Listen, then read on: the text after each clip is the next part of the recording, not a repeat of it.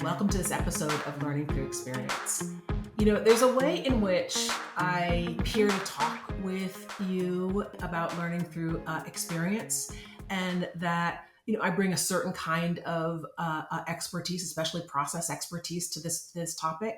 Part of what I want to point out is that I also hold myself accountable to the standard of also walking the talk. So I am always trying to learn through experience about what I'm doing, and so there are these two modes going on, kind of teaching about it from a stance of expertise and using the kind of platform that is this podcast to be able to raise up some issues that I care about, and being involved as a learner as I go. And so both of those things are alive.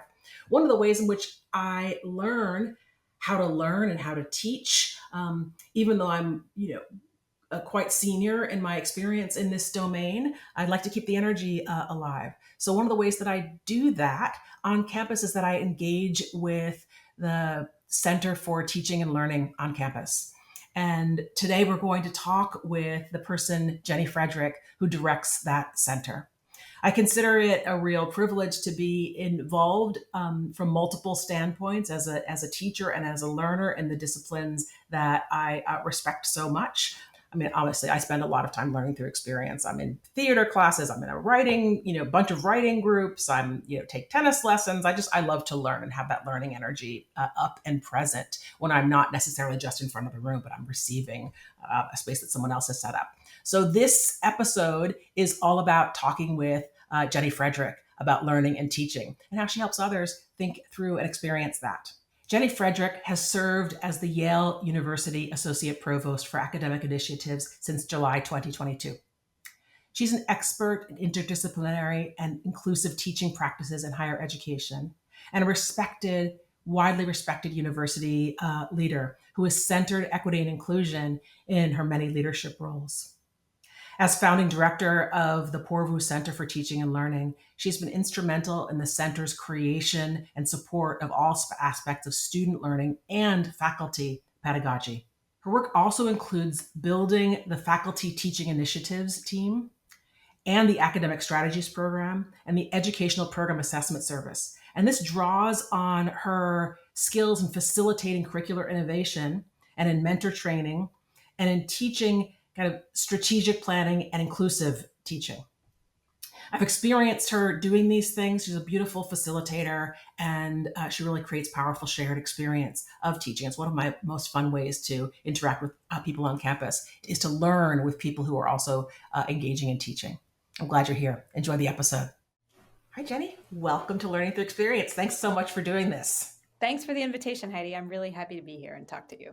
Yeah, well, of course, given your role on campus and what you care about, I'm delighted to talk with you about learning.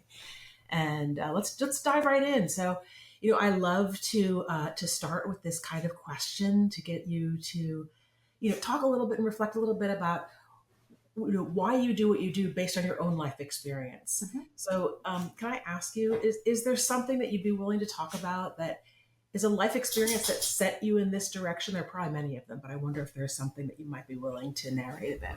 So I'll talk about a kind of experience that I kept having over and over again. And fact number one that you should know is that I always loved school. So I'm that kid who sharpened my pencils, got my backpack. I just loved school. And as I continued through education, I resisted any kind of narrowing, which is hard to do. You choose certain classes in high school that kind of type you as a science kid or an arts kid. But I tried to have it all. College, I was lucky enough to go to a college where you didn't even have to choose a major for a long time. And when at the last minute I had to choose, I double majored in wildly different things, chemistry and French, and just really enjoyed staying broad. I ended up going to grad school in chemistry, really for practical reasons, and because the role models of who I saw going off and what they were doing with their French degree were things like Minnie Mouse at the French Disneyland. And So I loved chemistry too. So I thought I'm going to follow this path. But when I got to grad school, I was disappointed that I wasn't allowed to take other kinds of classes. I didn't know exactly what grad school would be. Um, and then after grad school, I did a postdoc in a biotech industry where instead of like honing my research area, I did so many broad things of new kinds of science and a lot of, as you might expect in a biotech company, there was kind of a fast pace, lots of learning. And then I kind of realized like the thing that really energizes me is I loved being a TA. I love learning new things. I love not so much the experiments are fine and I knew how to do them, but when we get a new person in the lab, I'm the one who's like, oh, I'll show you how to do that. Let me sit with you. Oh, you got results that are confusing. Of course, results are always confusing. Let's talk about them. So I was paying attention to what energized me and realized that I really like the whole enterprise of teaching and learning. So I want to be in schools as long as I can. And and then after the postdoc, my first job was sort of an accidental assistant professor position at the University of Bridgeport. I thought I was reaching out to adjunct teach classes in places that were a reasonable drive. And they had just failed a search where they didn't end up hiring anyone. This was like late July. And they said, would you like to come interview for this assistant professor of organic chemistry position? And I read the description and kind of felt like I could probably do that. I'll come do the interview. And 3 weeks later, I was teaching organic chemistry. And I loved that job. It was just so and I also, had lots and lots of early lessons as a teacher that I learned by making mistakes. I learned not because we didn't have a center for teaching and learning. I was just barely familiar that there was a literature about education and the scholarship of teaching and learning. So I had this whole like revelation of a new field, and so I think that has kind of shaped what I do today. So I think the idea of really broad role where I have the excuse to interface with lots of different learners, lots of different teachers, lots of different schools and types of curricula, that is, I feel really lucky to do that kind of work. Right. And given your starting a point in the story of uh, interest in breath, how unusual is that to have a kind of a hard science education that includes a breath, or how typical or unusual is that for people who wind up in this pathway? Because there are structural influences and their individual differences. Yeah, that's a really good question. There were times where I found the path hard because science there tends to be a pretty linear progression and the rewards look a certain way. And, I kind of felt like this is a fine road, but there's so much more and side roads I want to explore and different things I want to do. But it's surprising to me how many teaching and learning center directors I meet who are chemists, not just scientists, but chemists. So I think that a lot of people go lots of different directions in their careers. So I'm hesitant to kind of narrow that down into a type or a path or Right. and I tend to fundamentally believe that there are lots and lots of different elements to all of us humans. And it's nice to find a profession where you can express a lot of different pieces of that or be in different spaces that activate different parts of that. So I can be a learner, I can be an instructor, I can be a collaborator. And and sometimes I'm a novice and sometimes I know more than other people in the room about something. Right. So I It find makes that me wonder if there's something about chemistry, about combining different elements. That's kind of like an alchemical kind of combination. That's a kind ooh. of breath invitation inherent in the discipline, about which I know very little. I mean, the disciplinary thing that is a metaphor for something I find fascinating about the work I do is the connection between structure and function. So, Okay. what are we trying to do, and how are we setting up the structure to do it? And molecules have a structure to them. And once you understand what they do, the structure makes sense. And sometimes you can predict the structure from the function. Sometimes you can predict the function from the structure. There are lots of research questions about that. And I think human organizations have structure and function elements to them too, way more complicated, way less predictable. But I find that, that's kind of the work that I did in graduate school that tends to still be an interesting question to me in the world that I'm in today. Okay, no kidding. So structure and function, that seems to be related in some fashion to learning and teaching. Yeah, yeah, What's the absolutely. connection? Yeah. So, one of the questions that you suggested I reflect on a little before we get together was just even the words teaching and learning. Yeah. I like to geek out on words, so that got me in a really interesting reflection uh, mode for a while, and I felt myself resisting the separation of those ideas into two different words that you can have alone or together, and um, and then thinking about even how teaching centers name themselves sometimes, and the name wants to signal the function and may say something about the structure. So there's lots of centers of teaching and learning, and interesting that some places try to be clever and say center for learning and teaching because they want to signal the primacy of learning, but really, to me, those two things go together. They're really intertwined. So I was thinking like the or the two-dimensional, like you write in a linear way, something has to come first. Wouldn't it be better to like jumble them together into one gamush? And that would be a better way to signal teaching and learning. And then I was thinking, well, we have one word that's kind of about this, and that's education. Mm. And so I actually looked up what education means. And the first definition was formal, like a system where you can advance knowledge. It felt, kind of formal and distancy. But the second definition was an enlightening experience. And that felt like that is what we want to get to when we're thinking about teaching and learning. And it's the name of your podcast is Learning Through Experience. So that's the definition I want to think about for education, and maybe using the word education. Like, could we have centers for education? What would that signal, and how would that be different? Right. How wonderful.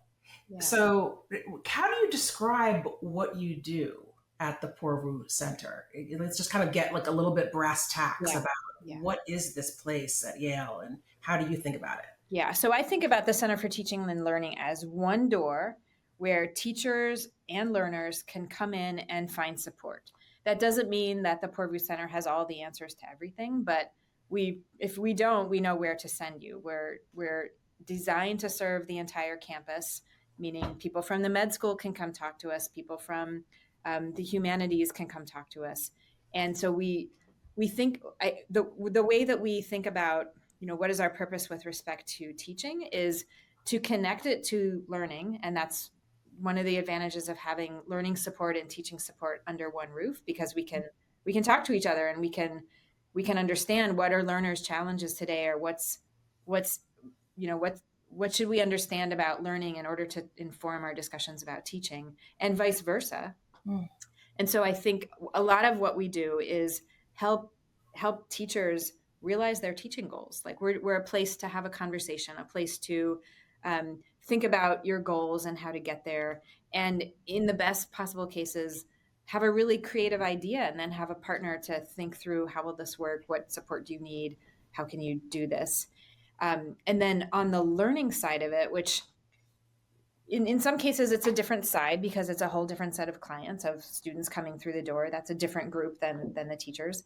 But we want to encourage help seeking behavior and not stigmatize. I mean, everyone struggles to learn at some point, and in fact that is an essential ingredient of learning. If it's really easy, it's not necessarily durable, or it's not necessarily deep.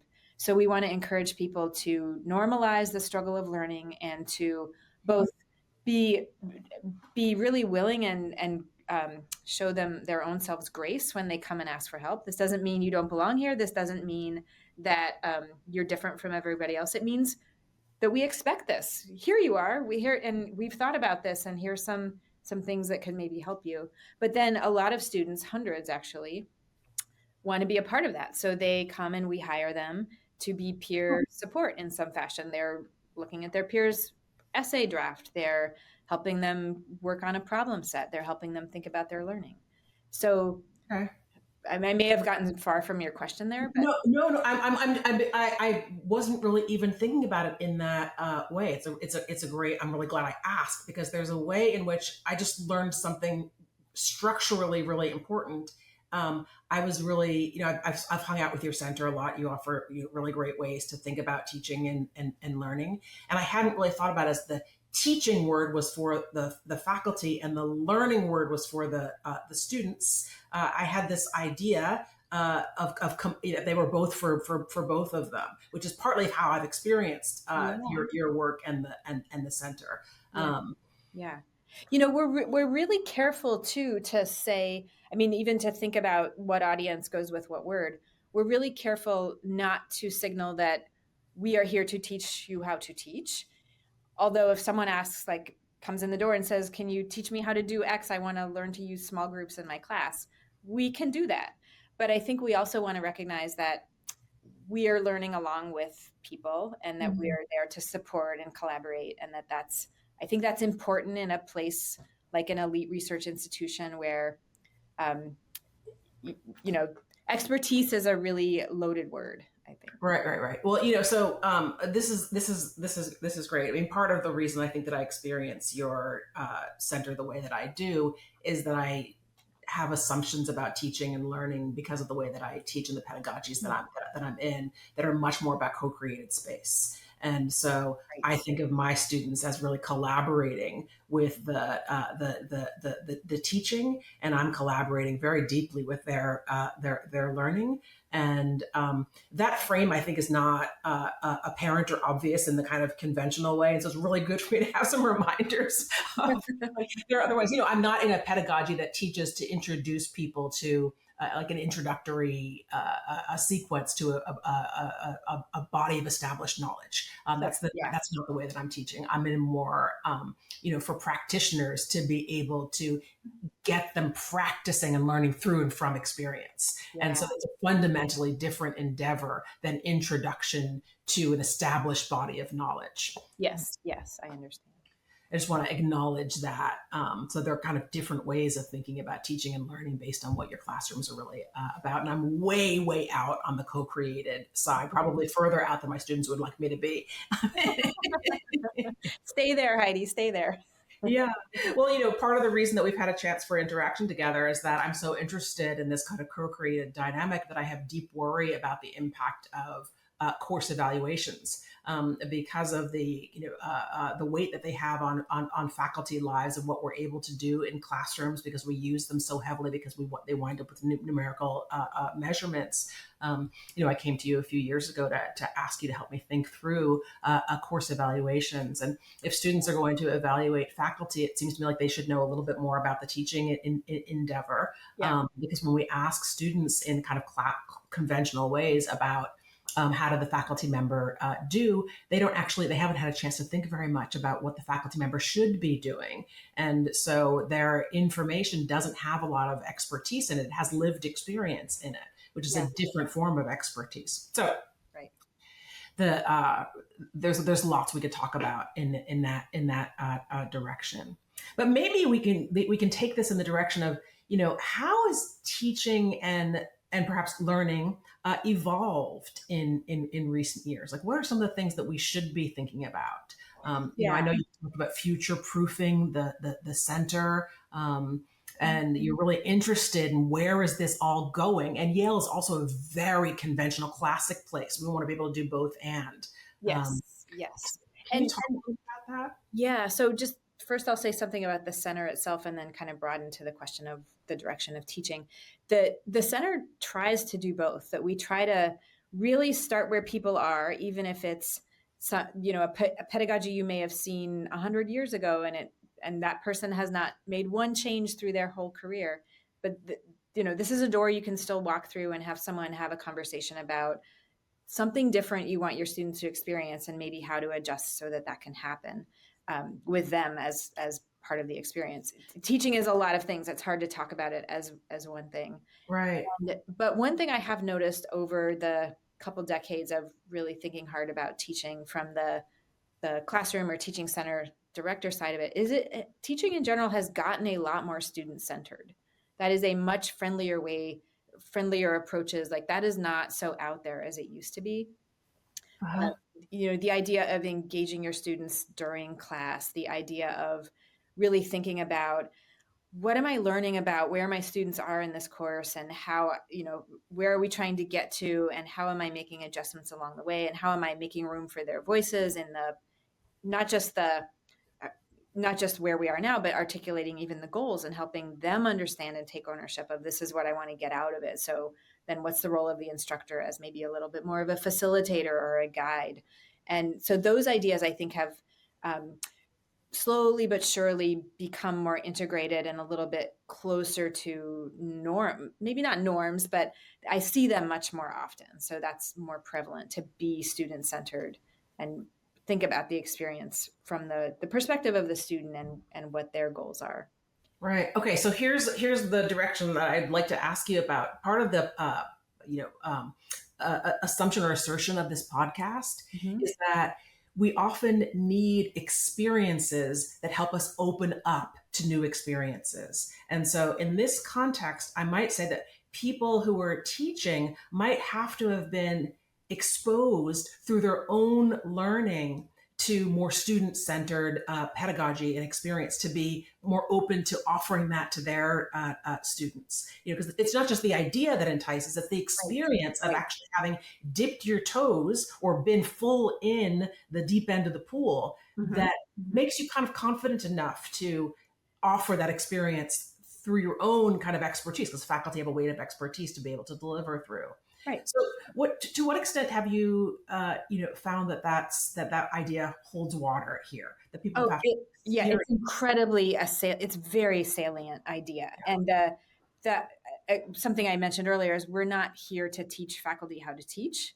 That's like not how we define our roles, but we create experiences for faculty where they can experience what it means to talk to your neighbor about something that was just presented by one of your peers, perhaps, or answer some polling questions and learn something really interesting about the room that surprises you, or have a few minutes to write down your thoughts and actually realize, there's something new here that I'm needing to explore. And then, once they've experienced that, they can then think about, well, how, this might help my students next week in this way. And I think one of the important things to do is just empower people to make tiny little, like, an experience can be silence.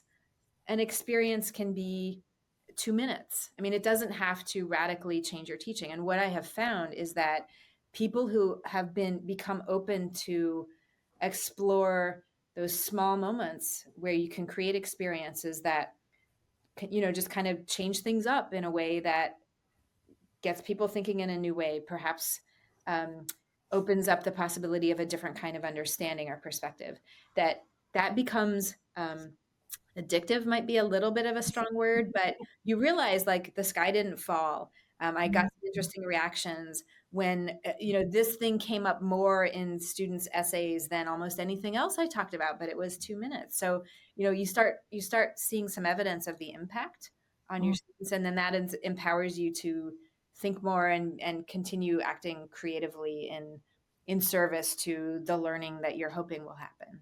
Yeah. Oh, I so love that. So, in a world where we're so used to, kind of talking about ideas as the beginning, middle, and end of learning, you're talking about the impact of experience as a way for faculty and students to be able to learn. And it's reminding me of your enlightenment word as a definition of education. Yeah. Can you lay some of that together for me? I'm trying to track what you're saying here. Yeah. So I think, let's see, when, really what you're doing at the essence of teaching, it's creating an experience for someone, for a group together.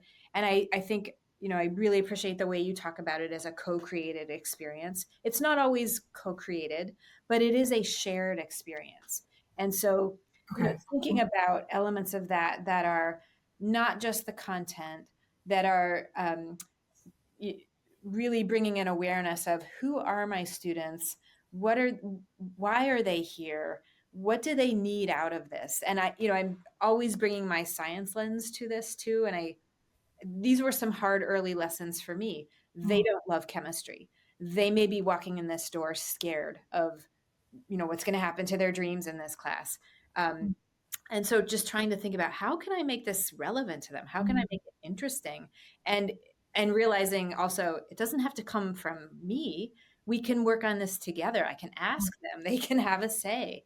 And so I think understanding the classroom as a shared space opens a little bit more of um, room for enlightenment and room for, it's not the orchestration of every, like, the thing that blows my mind about organic chemistry may, just maybe totally boring to other people, but just leaving room for wonder to happen, and Mhm. and noticing when it does happen. It just, like, that's one of my favorite goosebumpy type of moments in teaching. How does one leave room for wonder to happen? What an inviting phrase. Well, I think asking, and I think asking open-ended questions. Uh-huh. Like, I think one of the, it's so easy to teach science and probably lots of other disciplines, but especially at the the early college level, where it's easy to present it as like we have this all figured out. And and so the alternative of, like, what are you curious about, or what are helping people find the unanswered questions and think about, we have tools to help maybe not answer those questions, but to inch our understanding a little bit forward, and presenting those tools as things. For example, in chemistry, there are some core principles that show up over and over again. Mhm. And even when you're in a really unfamiliar new question that you're just not sure, you can go back to some of those basics and think, well, how might the shape of the molecule be, or the shape of things, or the three-dimensional space play a role here? Or, what's the environment? Is it acidic, or is it basic? Or, is this a environment where, let's see, it might be negative or positive, the electrostatics of it, that just kind of checking in with those basic tools can help you move things forward. But,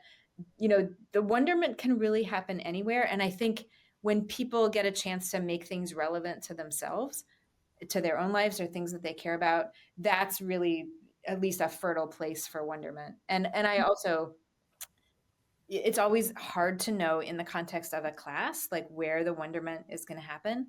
And there's the human layer, and sometimes the wonderment is somebody cares about me, or, like, Mhm. I didn't realize office hours could be like this, Mhm. or this person who I always knew in a different way, look what they can do, and they helped me do something too.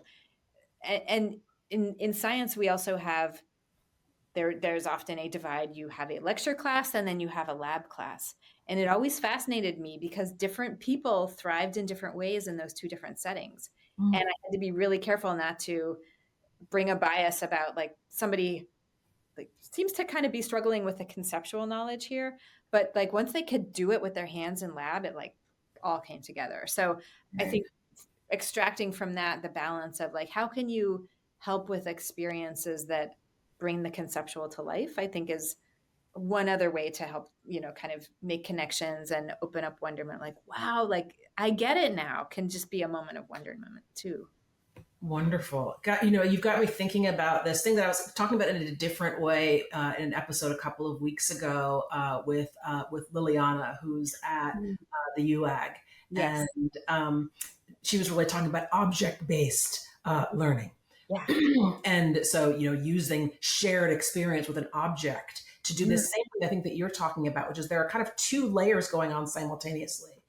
There's the overt content. We are looking at what happens, and here, sorry for my very basic chemistry exposure. No judging. We're going to put substance A together with substance B in a petri dish or some sort of container. And Yeah. part of the wonderment of what happens when you combine these substances. And there's enough wonderment. I love this word. I don't know if that's actually a real word, but I love it. Um, in the in the container of what's happening in chemistry, in part because it's in our world, it's all around us. It's like revealing the magic of the natural world and how we might have agency about seeing it or producing it. So that's like, Mhm. there's enough invitation to enlightenment, if I can catch your other word here. Yeah. Yeah. And then there's the shared experience of doing that maybe with a lab partner Mhm. and listening to each other and experimenting together, and the power of creating, discovering, and experimenting together. Yeah. Am I tracking with you? Yeah, absolutely, absolutely. It makes me wanna go back and teach chemistry again. Well, it's a pretty cool format to be able to create shared human experience about our world and chemistry. So it's so right with us and so completely hard to understand for the novice and maybe even for the experts. Yeah, yeah, yeah. And being able to see it around us, I think, is another way to, when you're leaving the classroom setting, that's still somehow, I mean, I think that's another artificial part about education where experience gets, I think, underutilized, if you will. Like I would like to leave shared experiences together. And these days it's something like a workshop or different kinds of, it's not a classroom, but it applies to classrooms with an invitation to like take something out of here or keep thinking about this thing, and just recognizing that continued arc of grappling with ideas, asking new questions, looking at it from a different light, that matters too. And you may have an encounter where it makes you think of, oh, we were thinking about this in class the other day, and maybe closely related, maybe really distantly, but I think making room for that, I think, helps education be more experiential, even if we're not, even if we're kind of being a little loose with that definition. So great. And of course my work is in the domain of everyday leadership and organizational community. So I'm explicitly pointing to work as a shared experience. And I'm hoping to create more capacity for work and leadership and organizational community as a co-created experience. So the language that you're offering today has me join you in this kind of endeavor of shared experience and thinking, both about where we are today and what could be. What could be. Mm-hmm. Yeah, yeah. Who knew we could bring connections between your world and the world of chemistry, and yeah, that we're doing some of the same things.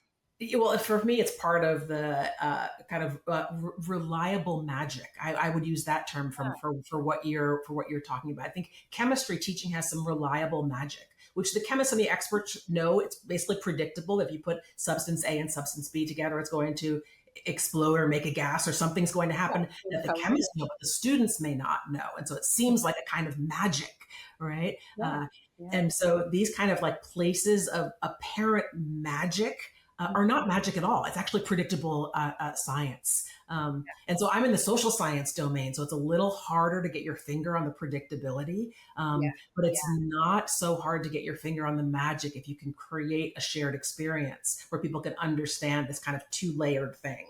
yeah, But there's the content. We're going to talk about listening, but then we're actually going to have an experience of being listened to, which can blow people's minds because we're so seldom listened to, for example. yeah. That's wonderful.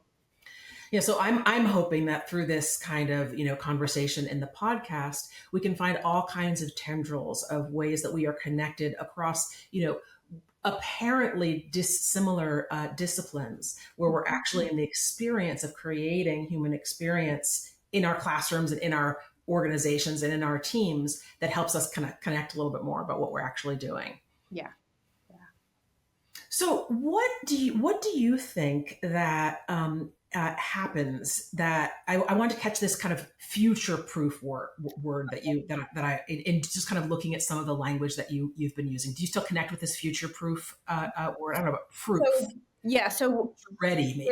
where that, let me, I'll say a couple things. So the way I've talked about future proof is thinking about how to embed a new organization, the Poorvu Center for Teaching and Learning, in a really old institution, and an organization that focuses on teaching in a place where the rewards and the recognition and the celebrations tend to be about research.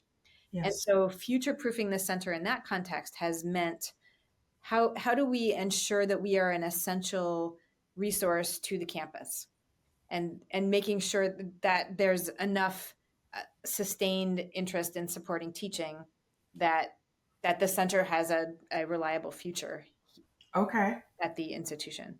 And I think where you were going with your question was more like future readiness. Yeah. Yeah. Yeah.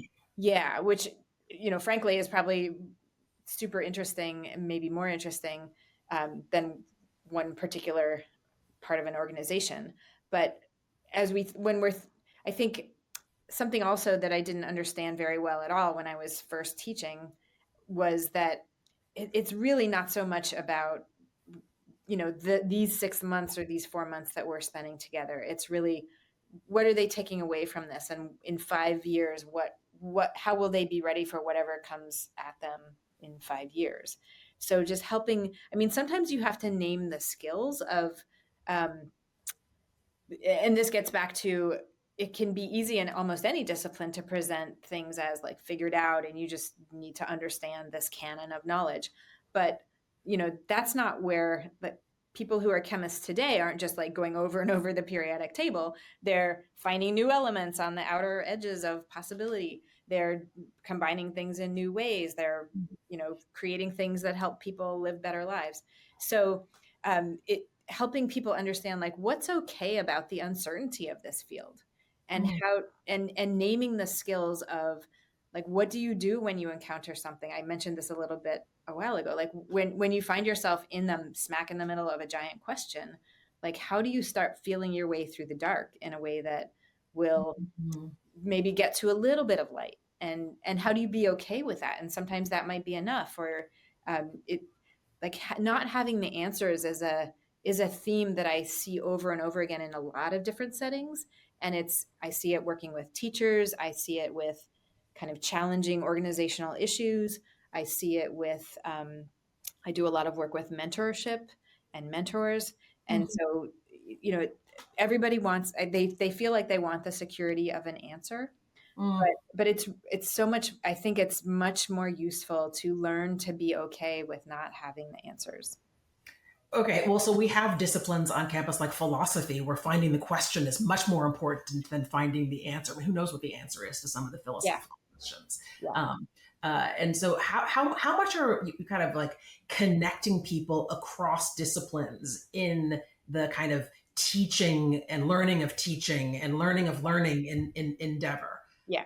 So my observation of running the Poorvu Center for a decade now is, we used to kind of think, well, we still think about the question of where should we do programs that are kind of discipline or division specific, and where should we mix people up? And I have never once regretted a very interdisciplinary mix. The conversations are so much richer. You might even be able to leave aside some of the trappings of kind of insider status or hierarchy, perhaps, and the connections are always there. And so I think you just start at a different level and with a little different focus and different, you let go of some assumptions. Right. And so I think that, which is not to say that everything we do is always cross-disciplinary or brings people together across really different corners of the institution. But over time, often that is what people say they are coming for. Right. Like, we have had people tell us that it doesn't matter what the title of this workshop is. I'm coming because I really need to be in a room with other people from other parts of the university talking about a thing we all care about, which is teaching. And yeah, it's about this particular topic, but it's really, the vessel is much more, I think, fundamental to what we're putting in it that day. And for me, that's actually very Yale. I think Yale is actually, I mean, I experience Yale as a very successful interdisciplinary venture. I think it's where we are most profoundly kind of successful and innovative and experimental around diversity and inclusion, actually, in the way that I've experienced the university. Not to say that that isn't relevant in other domains, but I think it's really very real at Yale, within schools and across. So I get excited about the kind of like inherent perspective taking on your own discipline and that of others when I'm talking to people from other disciplines. Yeah. And I appreciate that. It forces my thinking and discovery and articulation of what I think I know, and even what knowing actually even is. Yeah. This thing that you're mentioning about, the kind of predictability, like wanting to know the answer. I think I have a couple more questions for you if you still have more minutes. Okay. Well, so it seems to me like that we're in a world or a time or a phase where people are really interested in knowing the answer. And I don't know if I'm making that up, but I've been around Yale for long enough that it feels like there's some kind of difference. But it feels like to me it's not about Yale; it's about the world. Mhm. Um, with what's happening with I think a very positive focus on STEM education, on a little bit less of a direction of yearning for liberal arts, a broader Mhm. view on what it means to learn and to be and to become. And so, the way that I experience that in my classrooms, advisory classrooms, and Yale classrooms that are really classically about teaching, is about willingness and exposure and yearning for wrestling with hard issues that may or may not actually have a kind of solution forthcoming. Do you recognize this dilemma in what you see and how you see learning and teaching? Can you I comment? Yeah, I do. I definitely see that there's a greater intensity of the wanting an answer, and that plays out in different ways. It might be wanting to get out of the messy conversation and distill it to, like, what are the top five, what are the five actions, or what are the five things I need to, kind of lists and formula and recipes for how to do things. But I think when you can keep people in the wrestling space, I actually think that's where there's some predictable magic, or Mm. reliable magic. I think you used the, because you're not. I used to have a colleague where it was really hard to, like, bring resolution to our conversations, like when we were collaborating on something, but I we stayed in the plane of ideas, and Mm.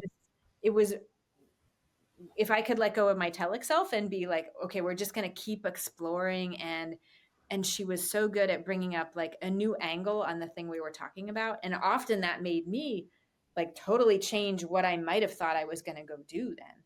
And so, just, I think, coming back to this example of, like, how do we wrestle with hard questions? The Mm. wrestling is like where you're building your muscles, and where you're kind of exploring the corners, and where you're being open to something happening. And if we, like, what does it mean if we stop wrestling? I think that's another way to look at it. That, Mm. do we, like, too quickly come to conclusions, or we ignore things and solutionize in a way that's just really going to be insufficient, or leaves people out, or doesn't, is going to fail and leave us in the same, we have to start all over. So I think there's a lot of value in that, and I think how it's that's hard to integrate into classes, into classrooms, because classes have a beginning, middle, and an end, and there's often a evaluation of, like, how the student performed, and so how do you make it okay to not know? And reflection is one of my favorite teaching tools, and Yeah. avoiding resolution where you don't need to have resolution, but also kind of naming those as skills too, Right. and Reflection and rewarding them. tolerating ambiguity as a skill. It Yeah, feels just so relevant for our times where and maybe, challenges are big yeah. enough to be able to resolve them with a problem solution kind of mindset. Right. And Heidi, maybe part of this trend that we're seeing is partly a reaction to the world, where Yeah. it's not just that there bad uncertain things happen, but even some of the things, like, people don't stay in the same careers for, like, you don't go to school and then start a job and then stay there for 40, 50 years. Right. You just don't. So there's just much more uncertainty There's in more the world. uncertainty about career trajectories and more responsibility for the students or for the professional in managing their own career, which may itself have an unpredicted trajectory. And certainly, our ideas of, like, stay in one company for 40 years is not it's not something that you can bank on anymore. And I'm not sure how much recent generations have been able to bank on that, but we sure love that idea. Like, kind of hope reigns eternal. Right. People don't stay in the same company. They don't even stay in the same discipline or function. Right. And so, a broader kind of capacity is appropriate. Yeah. Well, so I have a dilemma that I would like to share with you, in addition to the one that I just shared with you about kind of wrestling. Maybe it's not a dilemma. Maybe it's just something that's happening. So, I Okay. teach this intense course in interpersonal and group dynamics, Yeah. some of which is kind of information based. Of course, any course has information in it, but um, in the same way that like lots of courses, the energy is not about the information. We all have so much access to information right now. That has been, Right. the big Right. change of our times, that we all have access to information. So information transfer is not my primary focus. Yeah. Kind of discovery, collisions, experimentation, embodying, kind of Yeah. enacted wisdom around our ability to actually create an experience of our interpersonal dynamics in groups, and even with kind of single others, or even with ourselves, is the focus. But we need to learn that through experience primarily.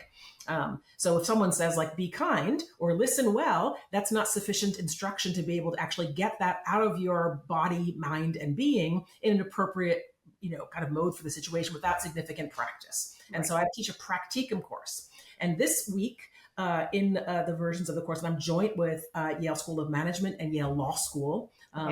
And so I'm taking groups from the two sections that I have on retreat together. And the way that this gets loaded up is with lots of hard stretch exercises, which do not have immediate answers. And so they come onto retreat, they arrive on retreat with these kind of crescendo exercises that kind of force them to tolerate ambiguity. It takes us weeks to be able to get here without students, kind of blowing out and losing their minds. But it's a reliable magic. I love that term that you just named. It's a reliable magic to be able to tolerate the ambiguity of not having the answers and still find it maybe even increasingly interesting. So we're about to have this shared experience across these two schools of going on retreat together. They won't be in like labs together. They won't be doing their kind of primary group work. They will keep their work, but they'll have meals together, and some of the classes will be together. And so they'll have opportunities to kind of see each other at work and get to know each other. Now, I think of the law school as a problem framing degree, and I think of the management school as a problem solving degree, to kind of vastly oversimplify it. Sure. But here's some of the interdisciplinary interaction. And so part of what we get, and this is my question for you finally, is this kind of inheriting or sometimes overusing the context, which is often kind of a stereotypical context from their schools. And so the problem framers from the law school, if they get stuck in conventional ways that don't help our interpersonal and group dynamics, they kind of litigate and debate. Highly rigorous forms of excellence, not to be like, poo-pooed, but not always helpful when you're trying to connect with people. Yeah. And the problem solvers tend to overuse transactional methodologies that are kind of like about finding the answer and applying it. Again, powerhouse skill set, but sometimes overutilized if we're trying to connect with people and instead we're fixing or problem solving. And so what I'm curious about from you is, how much do you see, and how much do you pull out some of the strengths and like underbelly of some of the disciplines in thinking about teaching and learning? Because it feels to me like they both have shadow and light. Excellence defined and overused becomes a kind of shadow and a kind of an underbelly. So long question. I hope that makes sense to you, but I'm excited to hear what you have to say. Yeah, let me dive in, and if I'm answering something that you didn't ask, you can redirect. But I think it's very, very useful to help people name the disciplinary conventions that they are learning, because they do become routine, they do become your go-tos, and helping people understand. But I think if you name it, you can also be able to tame it or set it aside, or say, oh, I'm activating, like I see that I'm doing this again. And if I think about what we're collectively trying to do, this might not be our best, like the best thing I can bring right now. So the naming it, I think, might be, I think, is incredibly useful, because it also helps you see a little bit, like what else is going on. And like, I've got these tools, what other tools are here? And maybe I put these aside and look for some other things. And that might create some openness to what's being brought in other ways. Does that? I love that answer. Yeah, no, that's so wonderful. Kind of name it, because naming gives us the awareness to then have choice. It's hard to have choice without awareness. It's hard to have awareness in some ways without naming it, at least to yourself, in reflective modes. Right. And there's a version of this where people, even maybe you have done even some version of this exercise where you kind of reflect on your own group dynamic behaviors, just at the very human level of, I tend to be a storyteller, I tend to shut down, or the like constructive and deconstructive things. And then if you have people name the ways they help the group and name the ways they might tend to uh, not help the group, that Yes. can give you tools to like get unstuck and move forward. So this Yeah. is a disciplinary version of that approach. I love that. And so we're going to be doing some of that in this retreat this weekend, about kind of what roles you tend to take up. The layer that I'll add and what we can do on retreat at this kind of like, graduate level of advanced place in the course, because we're coming towards the end of the course, but it takes a long time to get ready to actually do this level of inquiry, really, especially collaborative inquiry, Yeah. is what are the dynamics of the group, which, kind of subtext of which you've actually been a part in creating, Yeah. that actually have you take up the roles that you're taking up. And so we're really putting Yeah. individual in context. So it's a person in context kind of way of looking at our experience together. And so what does my behavior have to do with our behavior? And what does our behavior have to do with my behavior? And so it's a fundamental assertion that we live in human context, and human context impacts us and we impact it. Something which I think we're actually losing touch with in our very kind of individualized idea of how learning happens. And Yeah. so I try to put us a little bit more back in context, and then name our chances and choices to be able to have some agency about what we're creating together. Mm-hmm. Yeah. That sounds really hopeful. I like that.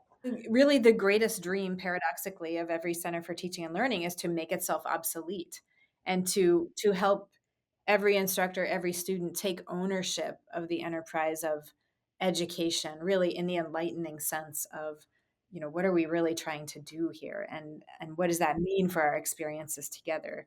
Getting to that place, I think, would break down some of the divisions that we see between teaching and research, because really it's awfully close if you start stripping away some of the things that we built up around teaching over time. And it's asking questions, it's being curious, it's finding out new things, new to you, new to everybody. I mean, that there's a fork in the road, but I think that I could see an institution like the one you're imagining, and the sooner it comes, the better for everyone involved. I too am probably not going to bet on a short number of years, but one possible positive outcome of all the uncertainty in the world is some of the inflections of the ways societies and groups behave may undermine some of the traditional organizations or institutions that we are so familiar with. So we may see experiments in this way, or there may be some growing trends that move in this direction. I'd love to see that.